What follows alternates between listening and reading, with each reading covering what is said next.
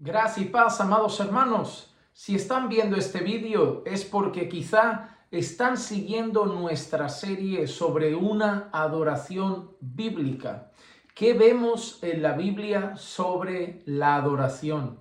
Si es el primer vídeo que ven porque están aquí por primera vez, si van a los días anteriores, a la misma hora que publicamos el vídeo de hoy, hemos estado publicando consecutivamente una serie durante esta semana sobre ese tema, la adoración bíblica. En el primer vídeo hablábamos de la diferencia entre el culto y la adoración y veíamos cómo podíamos dar un culto sin ser adoradores y sin estar adorando verdaderamente al Señor.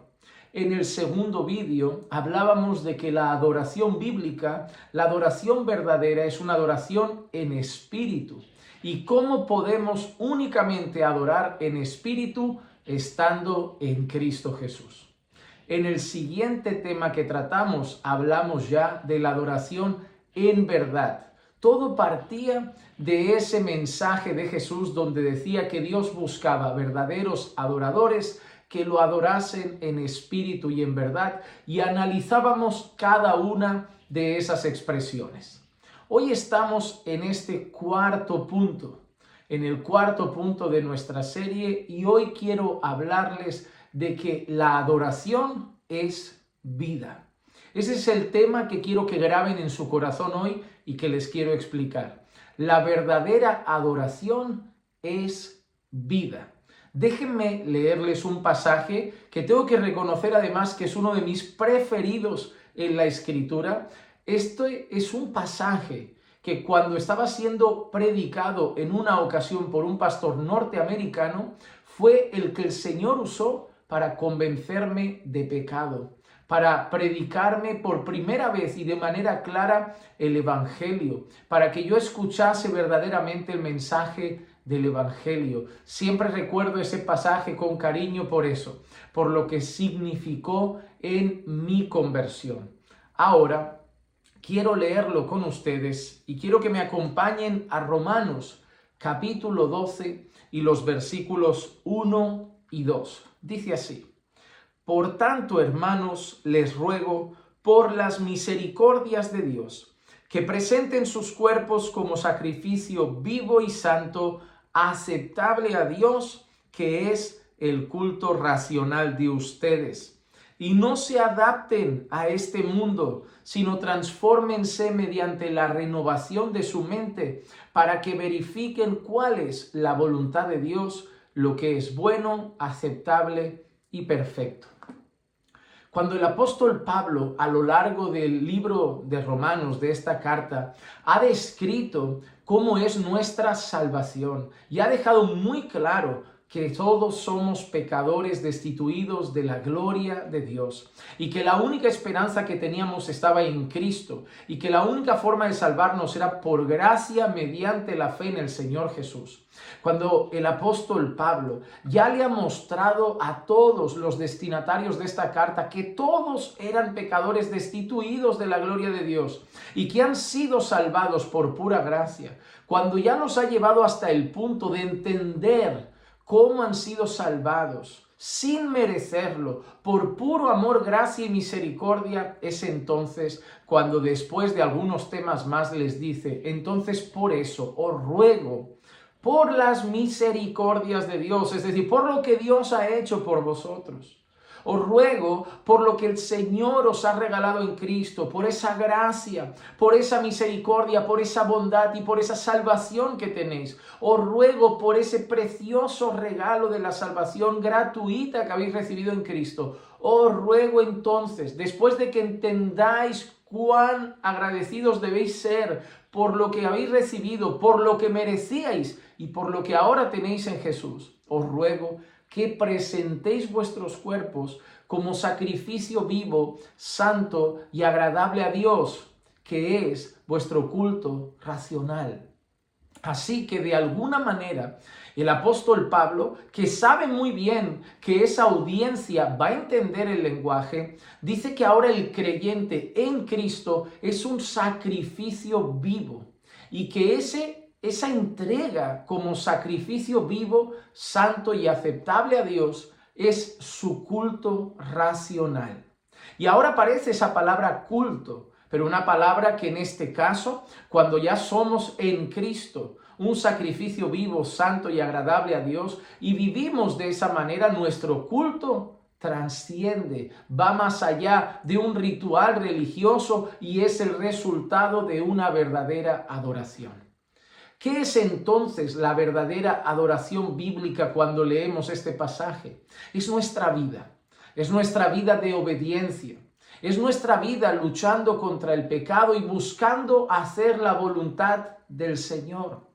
Porque ¿qué tipo de sacrificio dice Pablo que debemos ser? ¿Un sacrificio vivo? Es decir, no vamos a morir físicamente. Sí, llegará el día de nuestra muerte si el Señor no viene antes. Pero la realidad es que está hablando de que es un sacrificio que hacemos en vida y estando vivos espiritualmente en Cristo. Además dice que debe ser santo y aceptable a Dios. Esas palabras llevan la mente de los receptores de esta carta a pensar en el Antiguo Testamento, en el Antiguo Pacto, donde se realizaban los sacrificios de animales para agradar al Señor, para presentar algunas veces ofrendas, pero sobre todo para expiación de pecados, para calmar la ira de Dios. Cuando se habla de sacrificios en el Antiguo Testamento, se piensa en animales. Pero además de eso, también no valía cualquier animal. Si ustedes miran las normas que debían cumplir, no podía ser un animal con defecto. Tenía que ser un cordero, un animal sin defecto alguno. No podía ser cojo, ciego o tener algún defecto físico. Tenía que ser un cordero separado, de ahí la palabra santo, separado y aceptable, que cumpliese las normas del Señor en cuanto a que no tuviese defecto para que ese sacrificio, ese animal sacrificado, fuera aceptado por Dios. Eso nosotros sabemos que se cumple definitivamente en la persona de Cristo, a quien Juan el Bautista llama el Cordero de Dios que quita el pecado del mundo. Y nosotros también vemos algún profeta del Antiguo Testamento mostrando en algún contexto mesiánico cómo Jesús sería ese Cordero inmolado, ¿no? Sin mancha, sin defecto, puro, perfecto. Y por eso Él, allí en aquella cruz, ejerce esa posición de sacrificio, dando su sangre para expiación de nuestros pecados, y ya es el sacrificio definitivo que ha perdonado y lavado todas nuestras iniquidades.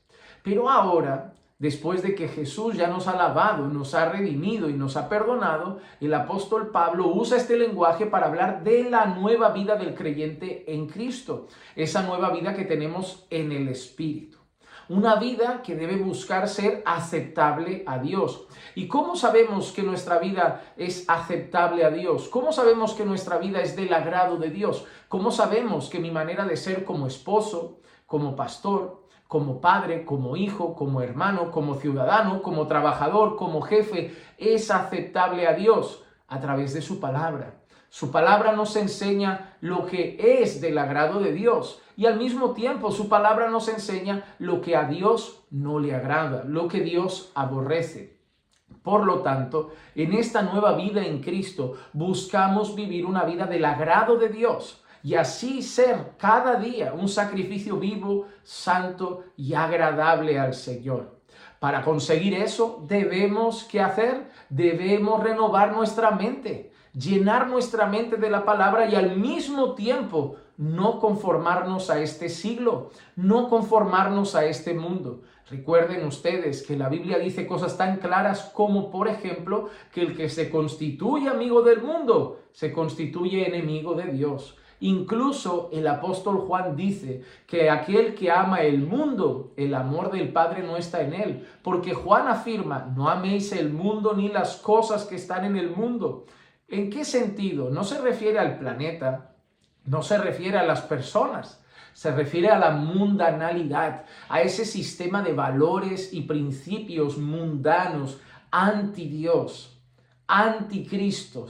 Entonces nosotros debemos No conformarnos a este estilo de vida mundano, a este estilo de crianza de hijos mundano, a este estilo de matrimonios mundano, a este estilo de valores de la juventud mundanos. ¿Cómo no nos conformamos? Primeramente, renovando nuestra mente por la palabra de Dios, llenando nuestra mente de la Escritura para saber lo que Dios quiere de nosotros. Y entonces, en gratitud, no por miedo, no por ganarnos nada, porque ya lo tenemos todo en Cristo, pero en gratitud y en amor, vivir una vida ahora santa y agradable a Dios.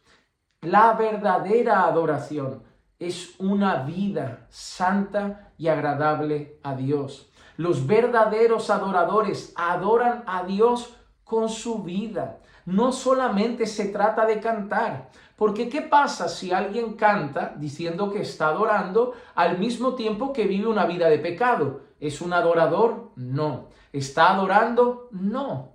La verdadera adoración sí puede implicar cánticos, pero también puede implicar oraciones y una vida de obediencia al Señor.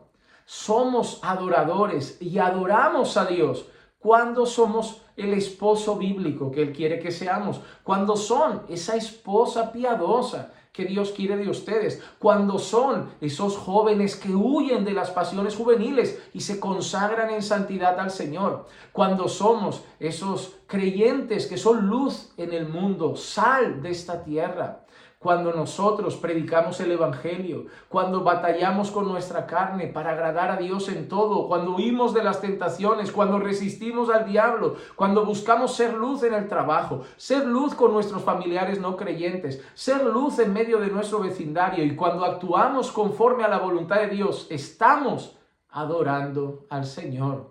La verdadera adoración bíblica va más allá de la música. Va más allá de las canciones. Es más, mucha gente canta y no adora. Mucha gente entona canciones hacia Dios, que hablan de Dios, que hablan sobre Jesús, pero no están adorando. No están adorando. La verdadera adoración es una adoración que va en nuestra vida diaria, que tiene que ver con nuestra manera de vivir delante de Dios, de andar en la presencia de Dios y de buscar agradar a Dios en todo. Mañana les tengo un último vídeo sobre el tema de la adoración bíblica. Como ven, no estamos hablando de canciones. Eso lo podemos hacer en otro momento para hacer una pequeña serie sobre las alabanzas. Y ahí sí nos podemos centrar en la música, nos podemos centrar en los cánticos. Pero en esta serie quería centrarme más en el corazón. Porque para mí, a veces, en la mente de los creyentes, escuchamos adoración y pensamos solo en música. Es más, busca en YouTube música de adoración, busca en Google adoración y casi todo te lo va a relacionar con música. Pero yo quería hacer esta serie para demostrar que la adoración verdadera y bíblica está primeramente en el corazón. Así que mañana cerramos con el último vídeo de esta pequeña serie. No te lo pierdas. Que la gracia y la paz de nuestro Señor Jesucristo sea con todos ustedes siempre. Y recuerden que los amamos en el Señor.